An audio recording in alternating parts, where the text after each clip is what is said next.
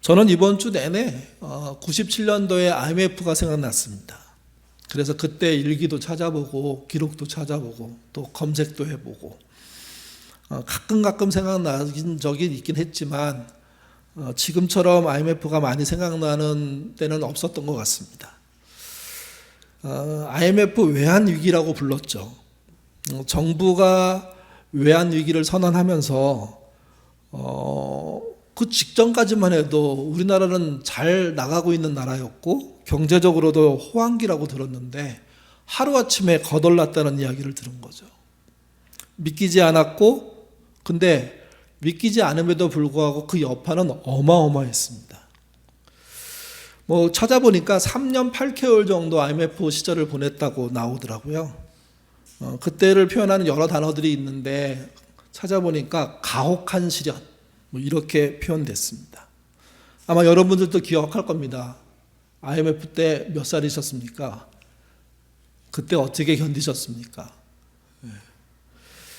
직장을 다니는 사람도 불안했고요. 중소기업을 하는 분들도 만만치 않았습니다. 자영업도 막 팍팍 쓰러지는 일들이 벌어졌죠. 중소기업들이 줄도산하고 또 거기에 대기업 한보나 기아도 그때 넘어갔죠. 그리고 대우도 그때 무너지고요. 이렇게 막 큰 기업들이 무너지고 거기에 걸려있는 중소기업들이 무너지고 그리고 큰 기업의 명태가 시작되고 중소기업들의 실업자가 늘어나고 하면서 걷잡을 수 없게 사태가 커졌습니다. 실업자 통계를 보니까 200만이었더라고요. 구조조정을 겪어서 나온 사람들까지 하면 훨씬 많았던 거죠. 그때 좋은 게 하나 있었습니다. 이게 좋다고 말하면 좀 그렇지만 저는 되게 그 당시에 이제 목회한 지 얼마 안 된 때인데 그때 되게 그 집 때문에 힘들었고 어려웠거든요. 근데 집값이 내리더라고요. 그러면서 전세값이 내리고 월세값이 내리고 그래서 나중에 한 1년인가 지나니까 집주인이 연락이 왔어요. 집값을 내려야 되겠다. 그래서 그게 무슨 얘기냐고. 그러니까 이야기는 들었지만 진짜 나한테 이루어지는 일인가? 그래서 그때 얼마인가 돌려받은 적이 있어요. 이 돈이 얼마나 크고 얼마나 저희한테 이렇게 그 시절을 살 수 있는 원동력이 됐는지. 근데 나중에 후회했죠. 그 돈을 받는 순간 이걸 거기다 넣어놓는 게 난데 우리가 받으니까 급한 대로 쓸 수밖에 없고 돈은 사라지고. 그리고 이제 IMF가 풀리면서 경기가 회복된 겁니다. 참 어려웠습니다. 교인들 중에 어려움 당한 분들이 많았습니다. 회사를 그만둔 분들이 실제 있었습니다. 근데 그때 생각해 보면 정부는 나라를 살리겠다는 의지가 있었습니다. 국민들은요, 정부의 의지에 쫓아 우리도 해보겠다고 덤벼들었죠. 그래서 그때 했던 일 중에 전 세계가 기억하고 있는 게 뭐냐면 금 모으기였습니다. 여러분 금 내셨나요? 그게 금을 파는 거죠. 그게 싸게. 그 금이요 4개월 동안 350만 명이 참여해서 모인 금이 225톤이나 됐답니다. 제가 검색하다 보니까 225톤을 지금의 돈으로 환산하면 그러면서 그때 거기다가 그 정부를 도운 사람들은 참 큰 손해 봤다고. 지금 금값이 어마어마하다며요. 한 돈이 얼마인지 모르겠지만 당시 돈으로요 22억 달러가 모인 겁니다. 그러니까 국민들이 자기의 농안에 잘 모시고 있는 금들을 끌어내면서까지 나라를 살린 겁니다. 물론 국민만의 돈으로 이 문제가 해결되지는 않았습니다. 많은 차관이 들어왔고 정치적인 노력이 있었고 구조조정이 있었고 등등 고통을 온 나라가 겪은 거죠. 이제. 그때 교회적으로는요 기회였습니다. 왜 그러냐면 IMF가 터지고 얼마 지난부터 교회의 사람들이 늘어났습니다. 그 당시 97년만 해도 한국교회가 이젠 끝났어. 부흥 같은 거 없어. 점점점 줄어들 거야. 나중엔 사라질 거야. 하는 경고들이 막 쏟아져 나올 때인데 근데 IMF 덕분에 교회의 사람들이 나온 거예요. 안 보이던 사람이 나오고 새벽 기도, 밤 기도에 자리가 없을 정도로 콱콱 차서 막 예배드리고 부르짖고 막 난리였습니다. 난리. 그러니까 그 난리를 겪으면서 서로 위로했죠. 권면받았죠. 그때 가장 많이 나왔던 설교의 제목들이 이런 겁니다. 역경에서의 탈출. 이 역경을 반드시 이긴다 믿음으로.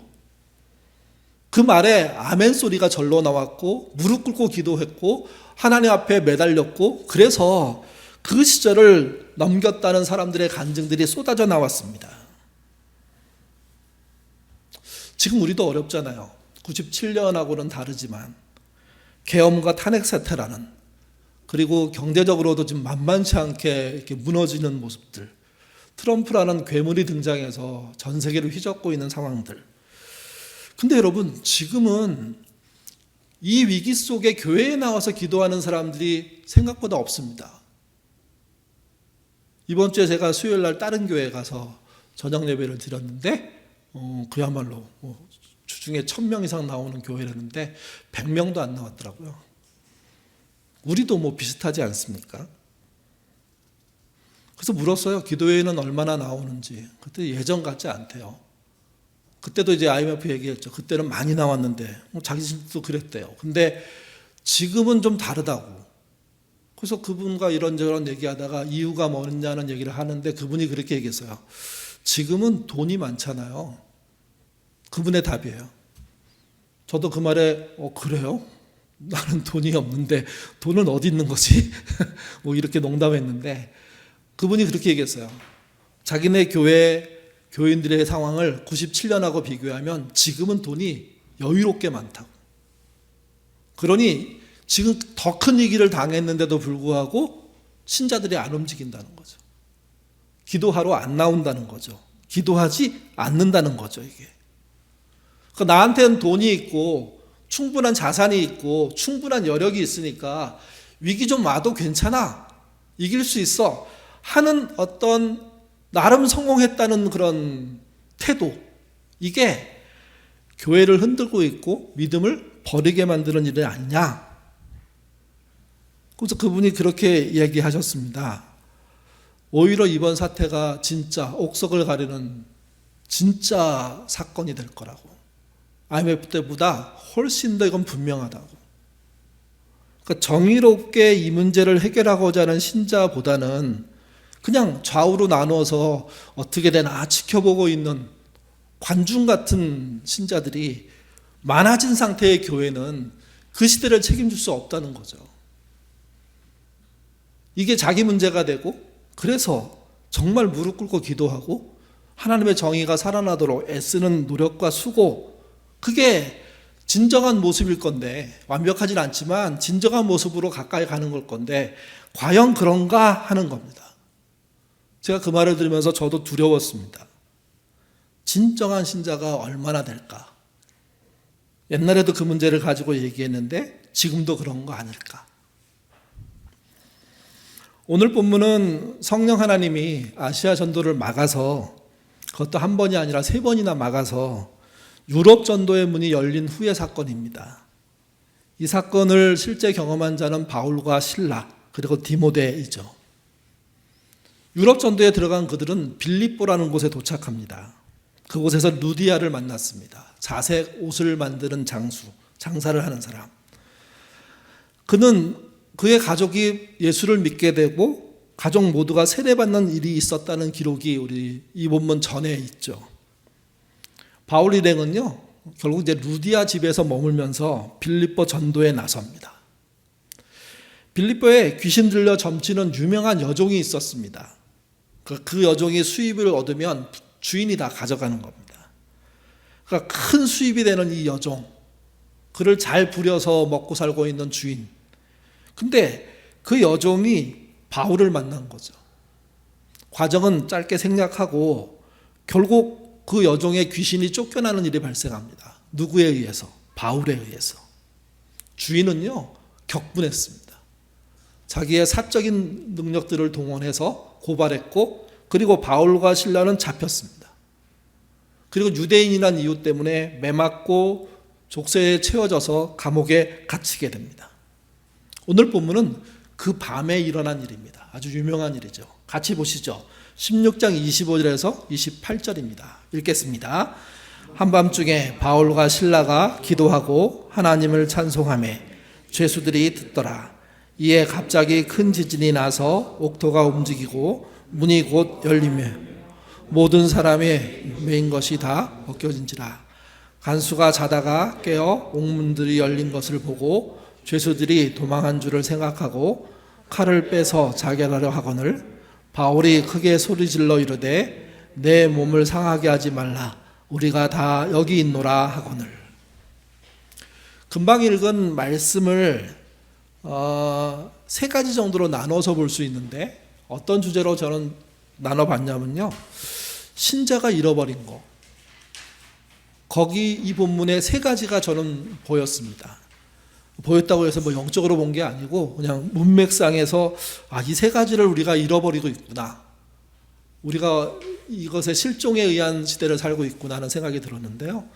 첫 번째가 이겁니다. 억울한 일을 당하고 그러면 보통 사회에서는 복수하려고 하죠. 근데 복수하지 않고 고난 중에 기도와 찬양을 했다는 겁니다. 말로 싸우거나 힘을 동원해서 뭘 해보거나 아니면 주변의 사람들을 끌어모아서 어떤 법적인 힘을 쓰려고 하지 않고 뭐 그런 시대도 아니지만 그들은 오직 그 감옥 안에서요 기도하고 찬양했다는 겁니다. 기도는 우리가 말하는 기도를 말하는 겁니다. 뭐 중얼중얼로 들릴 수도 있고 큰 목소리로 외쳐서 들릴 수도 있었겠죠. 찬양은요 곡조가 있으나 악기 없이 불려지는 노래. 그러니까 우리나라로 치면 구전 어떤 그 창 같은 거 이렇게 불려도 괜찮을 것 같습니다. 그러니까 실제 진짜 긴밀한 기도, 절박한 기도는 뭐 반주하면서 노래할 수 없잖아요. 우리 뭐 박영순 집사님은 그렇게 할지 모르겠지만 우리 같이 악기를 못 다루는 사람들은 뭐 음도 맞지 않은 상태에서 막 찬양 부르면서 하나님 앞에 매달리고 울고 막 이렇게 되는 건데 그런 일이 발생한 거예요. 그러니까 복음을 전하다가 그것도 좋은 일, 귀신을 쫓아내주고 그 주인한테 붙잡혀서 고발당하고 그래서 얻어맞고, 이때 얻어맞는다는 이야기는 이렇게 한두 대 맞았다는 뜻이 아니에요. 사전에 처벌을 받은 거예요. 그리고 채찍 같은 걸 얻어맞고 그래서 살이 파이고 막 이런 일들이 발생한 거죠. 그리고 찾고 그러니까 족쇄에 채워져서 감옥에 들어가 있는 겁니다. 억울하기도 하고 속상하기도 하고, 근데 그들이 택한 길은 하나님을 향하는 수밖에 없겠구나 하는 마음으로 기도하고 찬양했다는 겁니다. 어느 정도까지 기도하고 찬양했을까요? 사건이 벌어지지 않았으면 지쳐 쓰러질 때까지 했을 겁니다. 여러분, 지쳐 쓰러질 때까지 기도한 적 있지 않으십니까? 저 어렸을 때 있었습니다.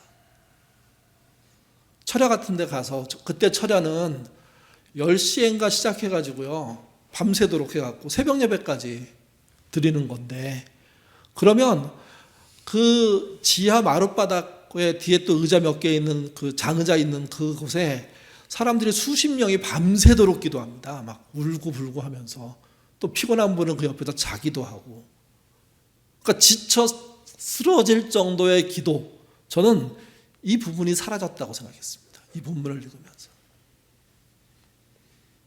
자기 문제를 놓고 또 자기가 하나님의 뜻을 따라가다가 생긴 문제를 놓고 그래서 당한 고난 앞에 정말 기도하고 찬양하다가 쓰러질 정도로 끝까지 갈 마음으로 하고 있는 그 기도, 그 찬양. 요즘 우리의 문제는 예전처럼 자녀를 위해서 기도하지 않습니다. 예전처럼 불신앙 부모를 놓고 기도하지 않습니다. 예전처럼 사업의 문제를 놓고 기도하지 않습니다. 예전처럼 아이들의 진학을 놓고 기도하지 않습니다. 훨씬 간편해졌고 담백해졌고 신앙은 나이스한데 내용으로 따지면 진짜 사랑하고 진짜 매달리고 진짜 하나님을 향해 가고 있나 이렇게 질문 던질 땐 글쎄라는 답이 저절로 나올 정도의 기도에 멈춰 있는 겁니다. 저는 이 장면에서 억울한 일을 당하고 복수하지 않고 고난 중에 기도하는 두 우리의 선배의 모습을 통해서 우리가 이런 걸 잃어버리고 있구나. 얼마 전 몇십 년 전으로만 가면 그런 거 정말 아주 큰 사건이 없음에도 불구하고 하나님께 부르짖었는데, 심지어 내 안에 있는 아주 미묘한 이기심 때문에 고통받고 또 사람과의 갈등 속에 문제를 해결할 걸 사랑으로 해결하고자 절규하면서 매달리고 뭐 하여튼 그렇게 했었는데 그게 없어진 겁니다. 그게. 그래서 우리가 더 각박하지 않을까요? 이 첨단 시대에 살면서, 돈 많은 시대에 살면서 훨씬 힘들지 않을까요? 두 번째는 이적입니다. 이적. 그 본문에 큰 지진이 나서 옥토가 움직이고 문이 곧 다 열리며 모든 사람이 메인 것이 다 벗겨진지라. 이적은 세 가지로 표현합니다. 첫 번째가요, 큰 지진이 나서 옥토가 움직였습니다. 그러면서 어떤 일이 발생하면 두 번째, 옥문이 열려버립니다. 그리고 세 번째 기적이 뭐냐? 족쇄가 풀립니다.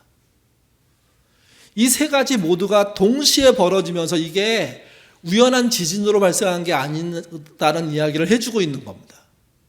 그냥 우연한 지진으로, 그래서 옥문이 열릴 수 있죠. 감옥문이 무너질 수 있겠죠. 근데 족쇄는 풀리지 않습니다. 족쇄가 풀어졌다는 이야기를 통해서 이 세 가지 모두, 이 모든 일이 그날 하나님이 일으킨 일이다, 자연적인 현상이 아니다, 초자연적인 역사이다 하는 이야기를 해주고 있는 겁니다. 더 중요한 건 이겁니다. 바울과 실라는요, 이적을 구한 것으로 나와 있지 않습니다. 기도했고 찬양했다고 나오죠. 쓰러질 때까지 했다는 건 제 설명이니까 그거 빼더라도 기도하고 찬양한 그들의 얻은 결론은 이적이었습니다. 누가? 하나님이. 창세기에 여러 번 말씀드렸지만 아브라함을 생각하사 롯을 살리신 하나님이 계시죠. 아브라함의 간절함을 보신 그분이 소돔과 고모라에서 죽을 수밖에 없는 롯을 살려내십니다. 믿음이 있어서? 아니요. 믿음이 없음에도 불구하고 강제로 끌어내십니다. 그런 사건이 여기서도 벌어진 겁니다. 그들이 쓰러질 때까지 하나님께 기도하고 찬양했는데 하나님은 뭐 하셨냐? 이적을 나타내 주신 겁니다.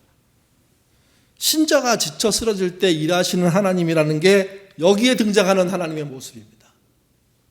늘 하나님은 쓰러지고 간절할 때마다 역사하지는 않으셨습니다. 근데 가장 적합할 때 역사하셔서 이적이 일어났고, 이 이적으로 말미암아 바울과 실라가 틀리지 않았음을, 바른 길을 가고 있음을 보여주는 역사가 일어났고, 바울과 실라는 놀라면서도 감사하는 사건을 경험한 거죠.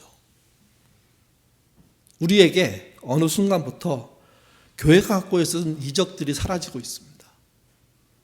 그걸 위한 기도도 사라졌지만 그 결과로 따라오는 이적도 없어진 겁니다. 그러면서 신학적으로 편하게 이렇게 설명합니다. 이적은 예수님 시대에 있는 거지 지금은 없는 거야. 그럴까요? 그건 우리가 신학적으로 하나님의 나라와 하나님의 일이 완성됐다는 차원에서 하는 말 아닐까요? 여전히 이적은 존재하지 않을까요? 저는 실제 우리 교인들이 아플 때 이적을 경험하도록 기도하고 있습니다. 병 수술하는 분들이 정말 그 사건들을 통해서 의사가 글쎄요, 병이 없어졌네요 하는 결과가 나왔으면 좋겠다고 기도합니다. 내 입으로 기도하기 때문에 민망한 일이지만, 근데 우리의 선배들은 그런 거 원하지도 않고 기도했는데 하나님이 이적을 보여주신 겁니다. 전혀 예상치 못한 결론에 이르게 되는 거죠. 요즘 교회는요, 하나님이 내는 결론이 없습니다. 사람이 내는 결론밖에 없습니다. 민주적인 교회를 하면서 가장 슬픈 게 그겁니다. 사람의 언성은 커졌는데 하나님의 말씀과 뜻을 관철하는 역사는 보이지를 않습니다. 그걸 우리가 모르게 어느 쪽으로 이렇게 회피하도록 하고 있는 건 아닌가 하는 생각이 들 정도입니다. 세 번째는 바울과 실라가 도망치지 않았습니다. 옥문이 열리고 족쇄가 풀리면 감옥 안에 있는 사람들은 기회다 이렇게 생각합니다. 근데 놀라운 게 두 가지입니다. 바울과 실라가 도망치지 않았고요, 또 다른 감옥에 들어있는 죄수들도 도망치지 않았습니다. 왜 그랬을까? 이 부분에 대한 주석들을 여러 번 찾아보니까 바울과 실라는 하나님이 하시는 것을 알았기 때문에 도망치지 않았을 거라고 추정을 하고요, 그 안에는 죄수들은요 너무 놀라서 도망할 경향이 없었다 이렇게 설명하더라고요. 근데 어쨌든 둘 다 도망치지 않았습니다. 근데 저는 바울과 실라 입장만 얘기할 수 있다고 생각합니다. 나머지 사람들에 대해서는 정보가 하나도 없기 때문에. 그러니까 바울과 실라는 왜 도망치지 않았을까? 간수의 목숨을 생각해서? 아니요. 그 전에 그 사건이 벌어질까지 간수가 어떻게 할지 몰랐잖아요. 그냥 안에 있었죠. 기다리고. 저는 그들이 하나님이 하시는 일이구나 하는 확신을 가졌기 때문에 거기 있었다고 생각합니다. 그러면 다음 뭐 할지를 하나님이 인도할 거라고. 그렇게 급박한 상태에서요, 그렇게 명확한 여유가 있었습니다. 요즘 신앙은 너무 급박하고 설치고 설레발쳐서 망치는 일이 대부분인 게 우리 신앙의 모습인데, 그리고 선동적으로 목사가 교우들을 이끌어내고 광장으로 몰고 가서 진짜 말도 안 되는, 성경에는 없는 이야기들을 막 쏟아내는 게 모습인 한국교회의 모습인데, 여기 있는 바울과 실라는 이 일이 하나님이 하셨구나, 아마도 그렇게 생각했을 것이고, 그래서 나갈 필요가 없었던 겁니다. 오히려 그 안에 있어서 하나님이 어떤 일을 하시는지에 대한 생각을 했을지 모르겠다, 저는 그렇게 생각합니다. 그러니까 그들은 경박하게 자기가 거둔 열매를 가지고 뛰쳐나가서 누리고 자랑하고 이렇게 살 마음이 없는 사람이라는 겁니다. 오히려 이 말이 맞는지 모르겠지만 그들의 신앙은요, 격조 있습니다. 사람의 품격이라는 뜻이죠, 격조가. 그러니까 그 믿음이 경박스럽거나 가볍게 성공주의거나 아니면 성취한 걸 자랑하기 위해서 설레발치거나 이게 아니라 아무 말 하지 않아도 신앙의 품격이 드러나는 태도와 행동을 그들은 갖고 있었다는 거죠. 바울과 실라의 격조가 어디서 출발했냐? 기도와 찬양에서 출발한 겁니다. 그 기도와 찬양의 끄트머리에 하나님께서 이적으로 역사하신 겁니다. 그 이적이 하나님의 사건인 줄 아는 그들은요, 설레발칠 이유가 없었습니다. 하나님이 더 일하실 거기 때문에 그 일하는 현장을 그대로 지키고 보호하는 자리에 서게 됐고, 그래서 그 다음 역사를 보게 되는 겁니다. 그들이 도망쳤다면 간수는 어떻게 됐을까요? 자결했겠죠. 그들이 도망치지 않자 간수는 자결하려다가 살아납니다. 같이 보겠습니다. 29절부터 34절입니다. 읽겠습니다. 간수가 등불을 달라 하며 뛰어들어가 무서워 떨며 바울과 실라 앞에 엎드리고 그들을 데리고 나아가 이르되 선생들이여 내가 어떻게 하여야 구원을 받으리까 하거늘 이르되 주 예수를 믿으라 그리하면 너와 내 집을 구원을 받으리라 하고 주의 말씀을 그 사람과 그 집에 있는 모든 사람들에게 전하더라. 그 밤 그 시각에 간수가 그들을 데려다가 그 맞은 자리에서 씻겨주고 자기와 그 온 가족이 다 세례를 받은 후 그들을 데리고 자기 집으로 올라가서 음식을 차려주고 그와 온 집이 하나님을 믿으며 크게 기뻐하니라. 뛰쳐들어오는 간수는 죄수들이 탈옥했구나 그렇게 생각했는데, 그래서 자결하려고 자살하려고 그렇게 행동을 취할 때 안에서 소리가 납니다. 아무도 도망치지 않았다고. 놀란 그는 바울과 실라 앞으로 가죠. 그리고 도망치지 않는, 그러나 족쇄가 풀려있는, 문이 열려있는데도 도망치지 않은 그 사람들을 만나게 되는 겁니다. 그리고 오늘 본문은 그냥 바로 어떻게 해야 구원을 받습니까? 주 예수를 믿다 이렇게 이어지는 거로 되어 있지만 아마도 좀 더 많은 대화들이 있었을 겁니다. 그 대화를 다 생략하고 요점만, 핵심만 그렇게 얘기한 거죠. 그러니까 간수가 모든 상황을 충분히 이해할 정도로 파악을 했어야 되고, 그러기 위해서는 최소한 죄수들의 몸을 만지거나 풀린 착고를 확인하거나 등등의 사건들을 진행하면서 이것에 대한 이해가 넓어졌을 겁니다. 문이 열리고 착고가 풀렸는데 도망치지 않았구나. 그럼 이 사람들은 뭐야? 도대체 이 사람들은 왜 잡혀왔고 왜 감옥에 있고 기회가 생겼는데 왜 도망치지 않아? 여러분, 이 정도 사고를 하려면 나름 꽤 긴 대화를 해야 하지 않으면 결론이 안 나옵니다. 그 사건 앞에 바로 어떻게 구원받습니까? 이렇게 질문한 사람이 어디 있습니까? 나름 자기의 논리에 따라, 자기의 배움에 따라, 자기의 인생에 따라 질문을 해가면서 확인을 하고, 그러면서 나중에 진짜 질문을 하게 되는 거죠. 진짜 질문을. 그 진짜 질문이 어떻게 해야 구원을 얻을 수 있습니까? 라고 개역개정이 번역했습니다. 이때 어떻게 해야 구원받습니까를 좀 다르게 번역한 것들을 찾아보면 이렇게 번역한 게 있습니다. 제가 이 공경에서 구출받기 위해서는 뭘 해야 합니까? 강산이란 목사님이 번역한 글에 나오는 건데요. 제가 이 공경에서, 이 공경이 뭘까요? 이 놀라운 기적이 벌어지고 있는 현장에 서 있는 나. 근데 그 기적을 경험하는 자를 가두고 있는 나. 그가 겪고 있는 고민, 그걸 공경이라고 표현했습니다. 공경.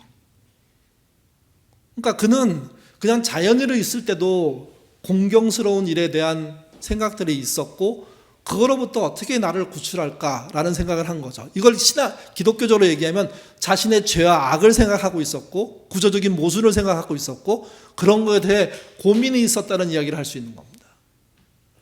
여러분, 좋은 질문은요, 자기 마음을 담은 질문은요, 핵심적인 질문은요, 평상시에 하지 않으면 안 나옵니다. 아무 생각 없이 이 사건을 보낼 수도 있습니다. 자기에는 질문이 없으니까, 기도라는 게 없으니까, 걱정하는 게 없으니까. 어느 순간에 나온 좋은 질문은 대부분 그래서 평상시에 질문이 쌓여서 나오는 겁니다. 누적된 질문의 결과입니다.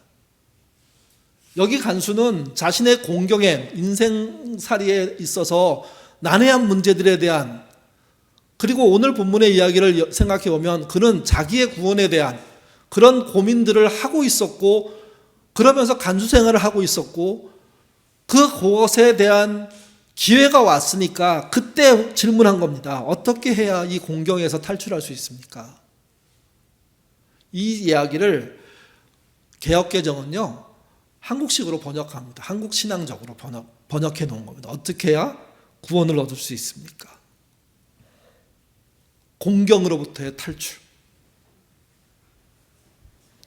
공경이 뭡니까? 어려운 형편과 처지를 말하는 겁니다. 가난일 수 있습니다. 인간관계의 어려움일 수 있습니다. 개인의 악함과 죄의 성향일 수 있습니다. 또 자신이 갖고 있는 계급의 한계 때문에 생길 수도 있습니다. 각자의 각양의 문제를 놓고 그는 공경이라는 걸 알고 있었고, 그 공경에서 어떻게 탈출하나, 근본적인 구원이 뭐냐, 어디로 가냐 하는 생각을 평상시에 하고 있었던 존재이기 때문에 그 갖고 있는 질문을 결국 신기한 일 앞에서 그를 경험하고 있고 그럼에도 도망치지 않는 바울과 실라에게 질문을 던질 수 있었던 겁니다. 여러분, 이 정도의 질문은 정말 물어볼 사람이 아니면 물어보지 않습니다. 나는 구원받을까? 여러분, 아내에게 물어보십니까? 그 정도 부부라면 영적으로 대단한 능력들을 갖고 있는 부부가 되겠죠. 구원에 대한 문제를 가지고 대화할 수 있는 부부, 그리고 기도해 줄 수 있는 부부, 대단하지 않습니까? 여기 간수는 그래서 대충 우연히 사건 맞이해서 갑자기 구원받으려고 질문 던진 사람이 아니라 평상시에 갖고 있는 질문이 쌓여 있다가 자기도 모르게 튀어나온 거죠. 그리고 그 질문에 대한 바울과 실라의 답을 듣습니다. 그 답이 주 예수를 믿으라, 그리하면 너와 내 집이 구원을 받으리라 입니다. 당신의 주인으로 예수님을 환영하라는 말입니다. 당신의 주인으로. 그래서 우리가 사형리 전도할 때 마음 보좌에 대부분의 사람은 누가 앉아 있다고 얘기합니까? 자기 자신이 앉아 있다고 얘기하잖아요. 잘못된 사람, 악한 사람은요, 사탄이 앉아 있다고 얘기하죠.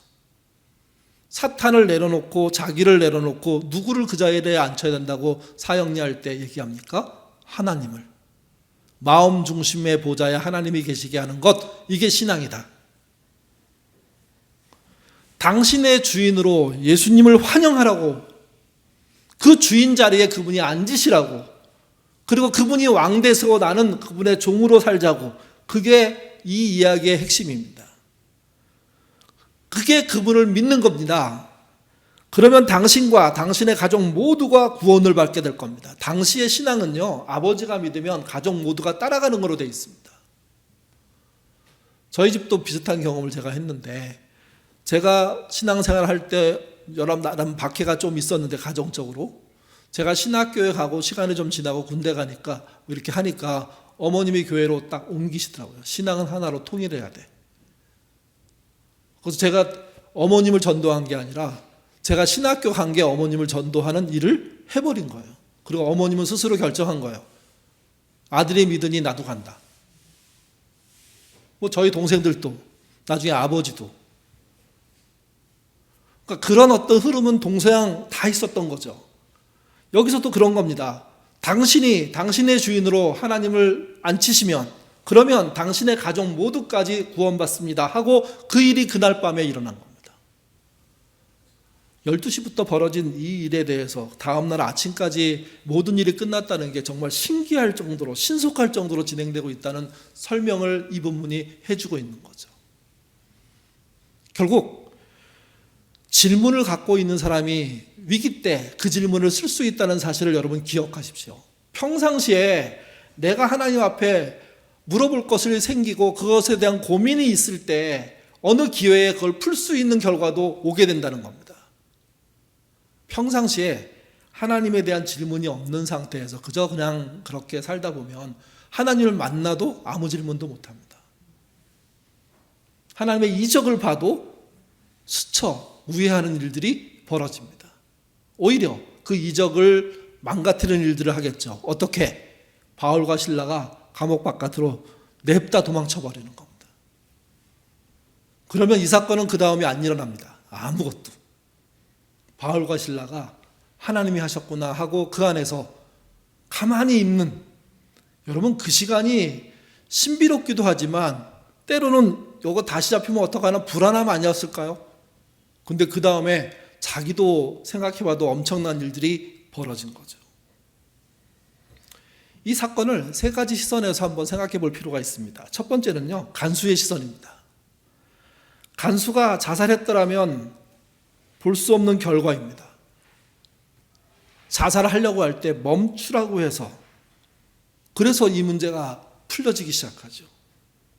또 간수가 평상시에 자신의 공경한 삶에 대한 고민과 질문들, 또 좀 더 넓히면 구원에 대한 질문들을 갖고 있었기 때문에 나온 결과입니다. 원인이 하나님께 있지만 간수에게도 있다는 겁니다. 간수 스스로가 목숨을 끊지 않고 끊지 말라는 소리에 멈추거나 동시에 평상시에 내가 어떻게 살아야 하지 하는 진지한 고민을 했다는 거죠. 두 번째는 바울과 실라의 경우입니다. 바울과 실라가 감옥에서 도망쳤더라면 얻을 수 없는 결과입니다. 또 바울과 실라가 감옥에 갇혀서 기도하지 않고 찬양하지 않고 그냥 자버렸다면, 자기 고통 속에 연민 속에 빠져 있었다면 없었을 일입니다. 또 바울과 실라가 유럽으로 건너가지 않았다면 일어나지 않을 일입니다. 하나님의 능력과 은혜를 쫓아가고 역경을 믿음으로 견뎌내고 결국은 도망칠 기회를 오히려 더 하나님의 뜻을 기다리는 시간으로 사용했더니 이 일들이 벌어진 거죠. 그게 두 번째 바울과 실라의 시선입니다. 마지막으로 이 모든 일은요, 하나님이 하신 겁니다. 간수도 바울과 실라도 그 하나님의 하시는 일 속에 있었다는 거죠. 성령의 이끄심입니다. 그래서 유럽으로 건너갈 수 있었습니다. 그래서 기도하는, 찬양하는 사람들을 찾아가시는 능력이 나타난 겁니다. 그래서 도망치지 않는 일도 발생한 겁니다.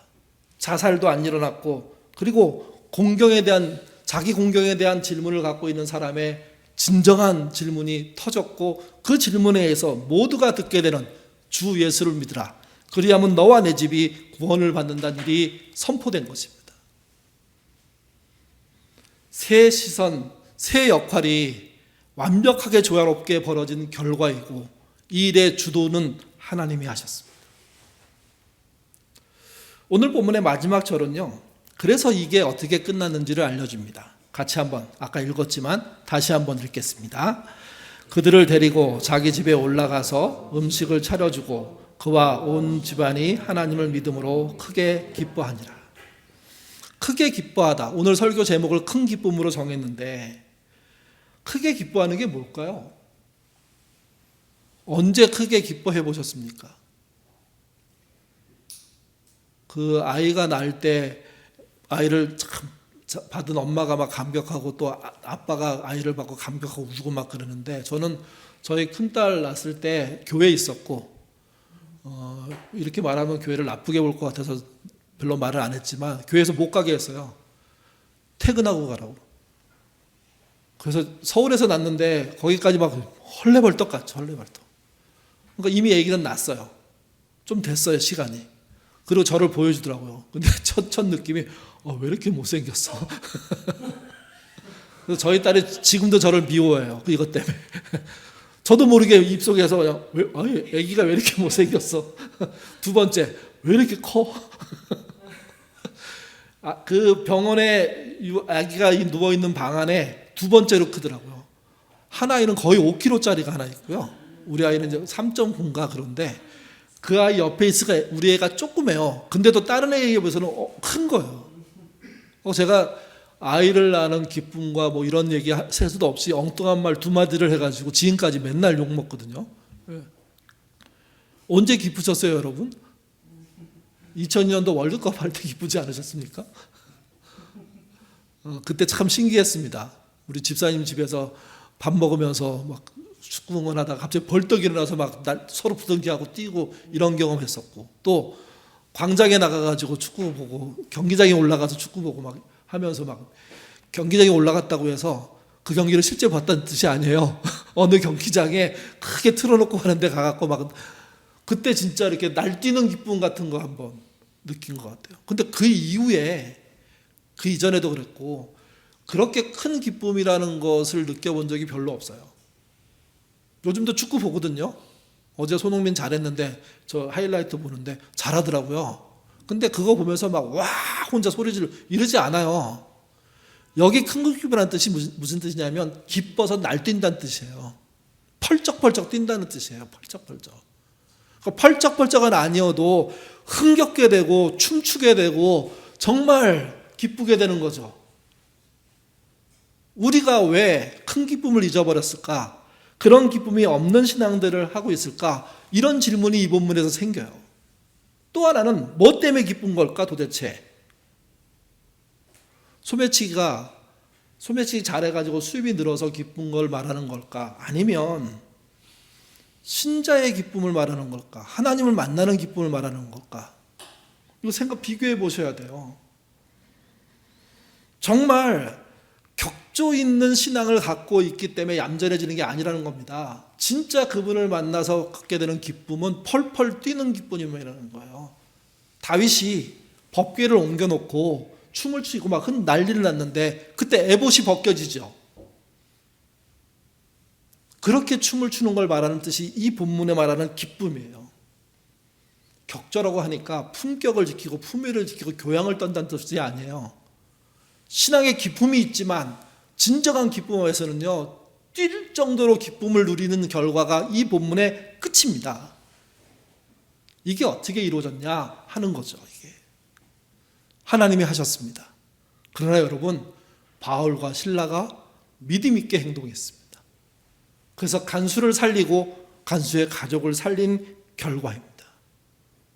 큰 기쁨 잊어버리지 않았는지 여러분 한번 생각해 보십시오.